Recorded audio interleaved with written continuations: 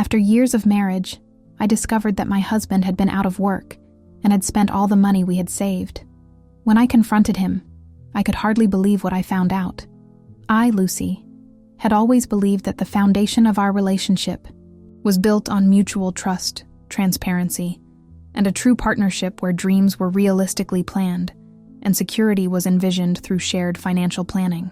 For many years, I had created a comforting illusion of stability, based on a meticulously crafted budget and future plans that always seemed to promise prosperity.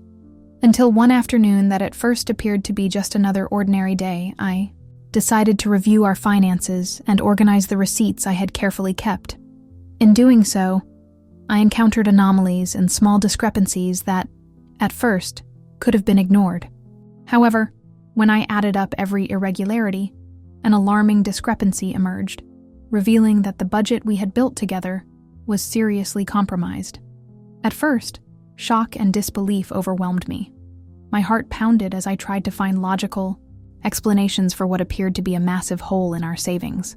My mind was immediately flooded with doubts and suspicions. How could the man with whom I had shared dreams and achievements have hidden something so grave? In a mix of anguish and contained anger, memories of past moments, dinners filled with forced smiles, evasive glances, and those brief conversations in which he would lightly mention problems at work, always leaving with the excuse that everything would be resolved soon, took on a new meaning. The sense of betrayal solidified with every number I verified, with every bank statement I flipped through, and the silence within me became the unmistakable manifestation of overwhelming disappointment. Gathering all my courage, I decided to confront him. In the cool setting of our living room, with the documents neatly organized and my heart heavy, I faced Rick, the man I thought I knew completely. The conversation, which began with the delicacy I believed essential in moments of crisis, quickly turned into a whirlwind of accusations and tears. In the heat of that confrontation, Rick, his face marked by fear and shame, revealed what I had dreaded. Besides having lost his job, he had chosen, out of pride and a fear of showing vulnerability, to hide the news and dip into our savings to keep up appearances and pay off mounting debts. His explanation, tinged with a resigned tone and feeble justifications, failed to dispel the crushing sense of betrayal, nor did it ease the anguish of realizing that the man with whom I had shared so many dreams had transformed before my eyes. "You really thought I wouldn't find out?" I asked, with a suppressed laugh that concealed the searing pain in my chest. "What a marvelous financial plan you devised, Rick. Spending every penny we saved for years and telling me only when there was nothing left. A brilliant strategy." He lowered his head, unable to meet my gaze. "I was going to tell you, Lucy. I was just waiting for the right moment."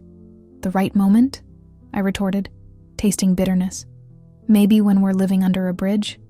Or when the bank comes to foreclose our house. That would certainly be the perfect time, wouldn't it?" In the days that followed that confrontation, I was engulfed by a painful spiral of introspection. I spent long hours reviewing every document and every recorded transaction, trying to understand if, beyond the financial setback, there was a dynamic of communication and power that had allowed such deep secrets to take root in our daily life. Bitterly, I recalled moments from my childhood when I imperfectly learned the value of honesty and hard work, and I felt an unsettling connection with the silences and omissions that now permeated my own home. I remembered my mother, always, pinching every penny while my father spent without restraint, leaving her in constant anxiety about whether we could make ends meet. As a teenager, I swore to myself that I would never repeat that pattern. And yet here I was, reliving the same scenario, as if decades of determination to build something different had been in vain. Those dinners, once filled with trivial conversations and gestures of affection, had turned into minefields, where every unsaid word carried the weight of years of neglect and an inability to openly confront difficulties. The silence at the table had become deafening.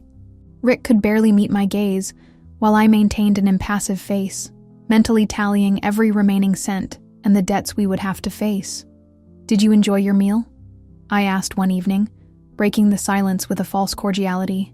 "Savor every bite. After all, this dish cost about 5% of what we have left in savings. A real bargain for our situation, don't you think? Rick choked on the water he was drinking. I continued, mercilessly. If we keep this pace, we'll have exactly 20 dinners left, before we have to sell our silverware. Perhaps we should start eating with our hands now to get used to it. At that point, I felt that a transformation process needed to begin, not just to repair our dilapidated budget, but to reclaim the sense of identity that had been undermined. I realized that true change depended not only on exposing Rick's flaws, but on reassessing the role that our insecurities and the fear of admitting weaknesses had played in creating an environment where such secrets could flourish. In the following weeks, I revisited childhood memories that perhaps explained why I had become so dependent on false security. I remembered my father, a man of few words who rarely showed emotion, but always ensured that we never lacked anything.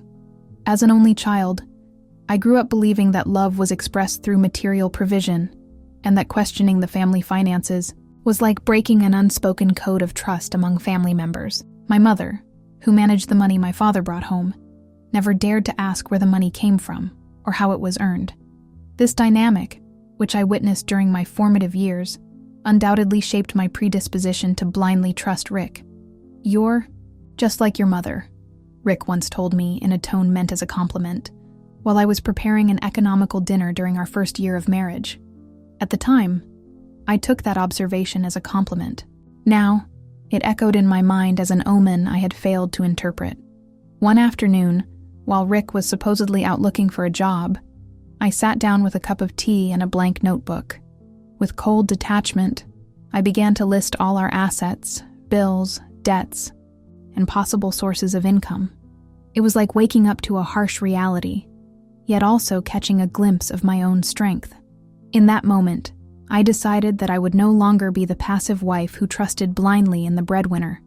I would be the woman who, in the face of crisis, would take control of the situation. The list was disheartening. Our apartment, still being financed for another 15 years, represented a considerable debt. The car, bought on installment 2, years earlier, still required significant monthly payments. The credit cards, which Rick managed, were nearly maxed out. The savings, which represented years of sacrifices and postponed dreams, had practically vanished. Yet there were also assets. My skills in administration and finance, honed over years of managing our household, could be marketable. The apartment, despite the debts, had appreciated in value. Some smaller investments remained intact, probably because Rick hadn't had access to them.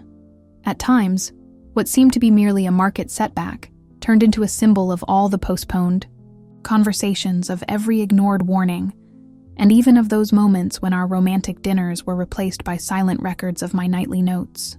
The wound of betrayal was still bleeding, but with each passing day, the blood gave way to the cold, calculated determination of someone who refused to be deceived again.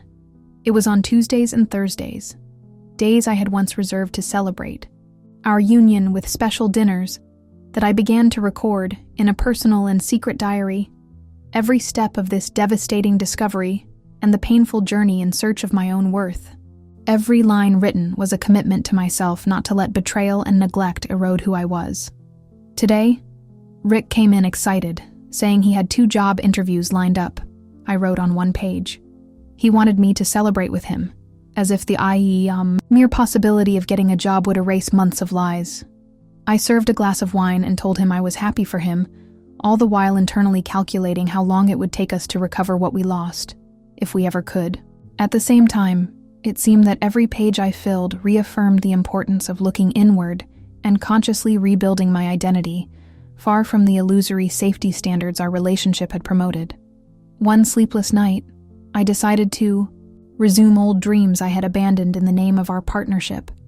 The business degree I had put on hold in my senior year so that we could buy a house, the very same house now under threat, could finally be completed.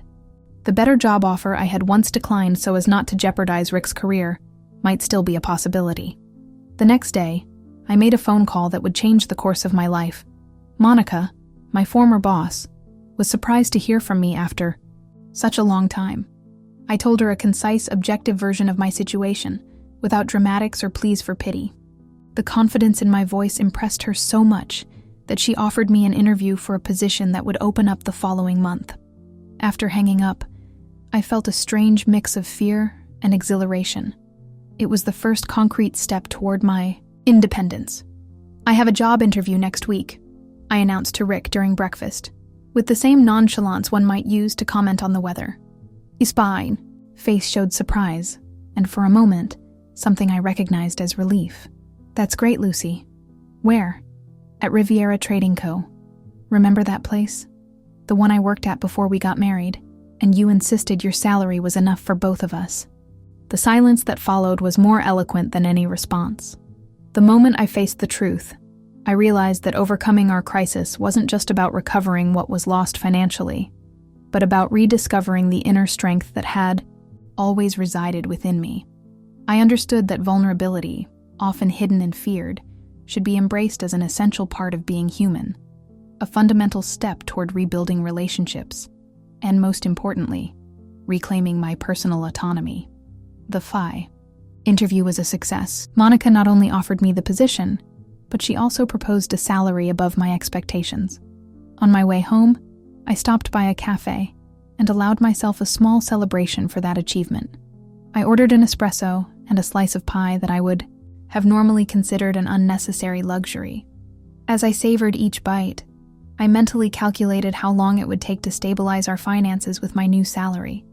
The answer wasn't encouraging, but for the first time in weeks, I felt that there was light at the end of the tunnel. A light I was igniting myself. Rick received the news of my new job with enthusiasm that couldn't quite mask the blow to his pride. "This is temporary," he said, trying to convince himself more than me. "Once I get something better, you can go back to taking care of the house." I smiled, keeping my expression neutral. "No, Rick, it isn't temporary, and I'm not going back to taking care of the house like you say." I realized that devoting myself solely to our home was a mistake I'm not willing to repeat. The discovery of his financial betrayal, as devastating as it was, ignited a spark of determination that transformed pain into an opportunity for profound change and personal growth. In the weeks that followed, I reorganized our family budget so that every expense was documented and discussed openly. Rick, initially resistant, eventually recognized that he had no choice but to participate in this new system. His eyes widened as I showed him, with precise numbers, how long it would take to recover what he had squandered. 7 years, I said slowly, watching his reaction. "If we maintain this financial discipline and nothing unexpected happens, in 7 years we'll be back to where we were before you decided to play hide-and-seek with our savings." "7 years is too long," he murmured. 7 years is exactly the time it took us to build what you destroyed in months," I replied, closing the spreadsheet with a definitive click. Consider it a lesson in the value of time and honesty. With my new job, I established a strict routine. I would wake up at 5 in the morning, make coffee, get the house in order, and head to the office. At first, the fatigue was almost unbearable, but there was a quiet satisfaction in watching my bank balance slowly, but steadily grow again. After 3 months of searching, Rick finally found a job. Not as good as his previous one, but enough to contribute significantly to our financial recovery. One Sunday morning, while we were having coffee on the porch, a habit we'd maintained since the beginning of our marriage, Rick attempted a more intimate gesture. His hand reached for mine across the table, and his eyes pleaded for a forgiveness I wasn't yet ready to grant. "Do you think we'll ever get past this?" he asked, hope tinging his voice. I paused for a few moments before replying. "I don't know if 'get past' is the right word, Rick. I'll never forget what happened. But I'm learning to live with this new reality, with this new version of us. And does this new version have room for both of us?" I looked out at the horizon, where the sun was beginning to rise, and felt a serenity that contrasted with the emotional whirlwind of recent months. "That will depend more on you than on me. I'm no longer the woman you once knew, who trusted, blindly and accepted being kept in the dark for my own protection. If you want to stay by my side, you'll have to accept this new Lucy, stronger, more demanding, and far less tolerant of lies." Rick nodded, his expression a mixture of respect and apprehension. I sensed that he was finally beginning to understand the depth of the transformation I had undergone. It wasn't just a matter of recovered finances or a new job. It was about a woman who had awakened to her own worth and who would never again allow herself to be deceived. Now, with the documents and statements re-examined, I realized that fateful afternoon didn't mark the end of our story, but the beginning of a transformative process, one in which I learned that true security isn't found in the illusion of stability, but in the ability to face harsh realities head-on. 6 months after the discovery, I celebrated my first promotion. The team that had initially received me with skepticism now saw me as an essential asset. My experience in managing our home, ironically, had proven to be a valuable asset in project management. While I organized a modest celebration with colleagues after work, I received a text from Rick. "Congratulations on the promotion. You deserve it." The simplicity of his words contrasted with the complex emotions they evoked in me. That night, I returned home, later than usual. Rick was waiting with dinner prepared. Not a grand feast, but something simple and thoughtfully made. I noticed the table was set with care. Neatly folded napkins, polished glasses, even a small flower in an improvised vase. "You didn't have to do this," I remarked as I set my purse on the sofa. "I wanted to," he replied. "I'm proud of you, Lucy, and ashamed of myself."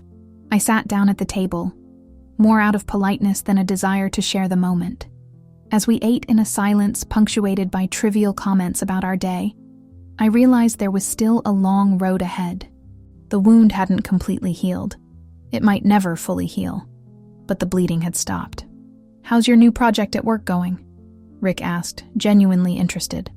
"Challenging," I replied, allowing myself to delve into some technical details I would have previously considered too tedious for him.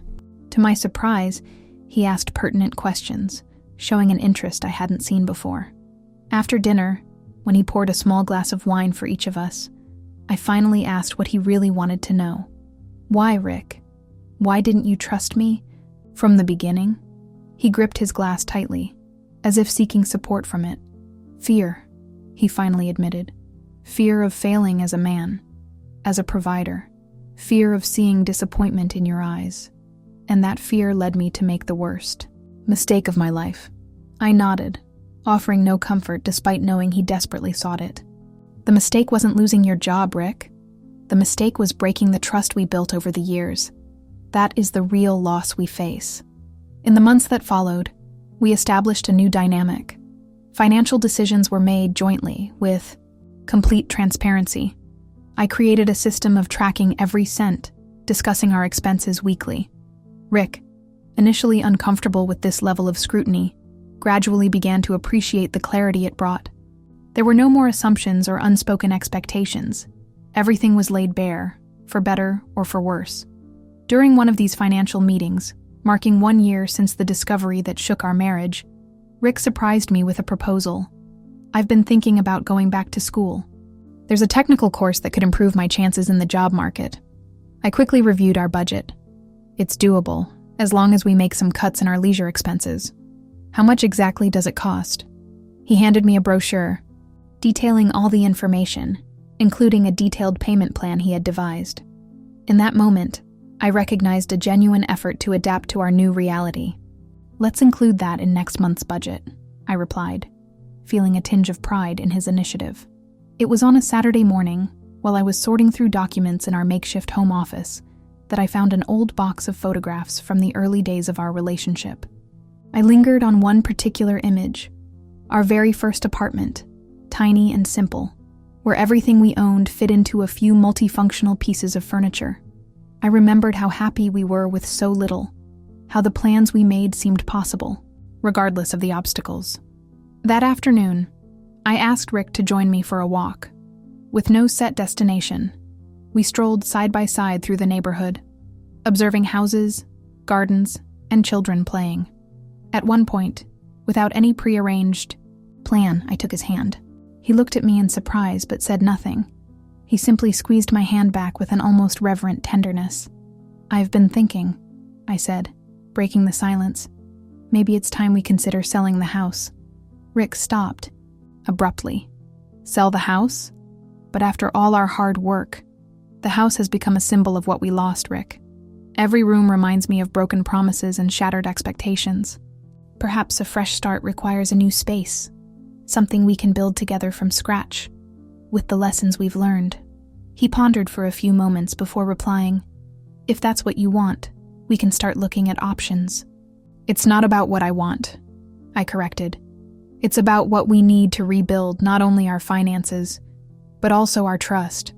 A space free of painful memories, where every achievement is truly shared." In the following months, we dedicated ourselves to preparing the house for sale. With every item packed, with every memory revisited, it felt as if we were not merely organizing material possessions, but also taking an emotional inventory of our relationship. Some things were worth keeping. Others needed to be let go so we could move forward. The house sold for a satisfactory price, not as high as we had hoped, but enough to clear the remaining debts and put a down payment on a smaller apartment, located closer to my workplace. The move was exhausting, but there was something liberating about starting over with fewer possessions and greater clarity about what truly mattered. On the first night in our new home, we sat on the living room floor, sharing a simple pizza and a bottle of inexpensive wine. Rick raised his makeshift glass in a silent toast, and I returned the gesture. No grand words or extravagant promises were needed. There was a mutual understanding of the journey we had endured, and the road still ahead. At our 2-year anniversary of that life-altering discovery, I received my second promotion. This time, the celebration was different. I allowed Rick to organize a special dinner, accepted his gift, a modest necklace bought with months of his savings, and more importantly, managed to sincerely thank him for his support. "Would you still be with me if I hadn't changed?" he asked during dinner, touching on a question that had long hung between us. I thought deeply before replying, "Probably not. But the most important thing, Rick, is that I wouldn't be who I am today if you hadn't forced me to face that crisis. In a strange way, I owe part of what I've become to you." He nodded, understanding the complexity of that gratitude. It wasn't unconditional forgiveness, nor was it forgetting the past. It was a mature acknowledgement that painful experiences, when processed consciously, can become unexpected sources of growth. Today, 3 years after that fateful afternoon, when I uncovered the financial betrayal, I can say that not only did I survive, but I was reborn. Our savings are slowly rebuilding. Our careers are progressing at different but steady paces, and our relationship has found a new balance. Not perfect, not devoid of occasional mistrust, but honest in its imperfections. "I will never be the woman you once knew," I told Rick recently, when he commented on how much I had changed. "The Lucy you knew died the day you told your lies. The woman before you now is stronger, more vigilant, and infinitely less willing to sacrifice her identity for any relationship. I love this new version of you," he replied simply, "even when she scares me a little." I smiled, without promising that it would be easier or more comfortable. The truth is, it wouldn't be. Trust, once broken, is never fully restored. It becomes something different, more cautious, more aware of its own fragility. But there is also beauty in this new form of trust, built not on romantic expectations, but on the raw reality of who we are when the masks come off. This is my story so far. Not a fairy tale with a guaranteed happy ending, but the real chronicle of a woman who found, at the epicenter of her greatest disappointment, the seed of her true liberation. Rick's financial betrayal didn't just destroy our savings. It shattered the illusion of security I had nurtured, and in the process, made room for something far more valuable. The awakening of the woman I was always meant to be, long dormant, beneath layers of emotional and financial dependency. And if you, listening to my story, are going through something similar, know that the pain eventually subsides, but the lessons remain. Allow yourself to feel anger, sadness, and disappointment. They are necessary parts of the process, but don't linger in those feelings too long. Use them as fuel for your transformation. True revenge against those who hurt us isn't in inflicting equal pain, but in growing beyond who we were, becoming a version of ourselves that would never have existed without that particular wound.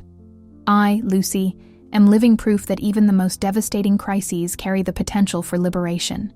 And Perhaps that is the deepest irony of my entire story.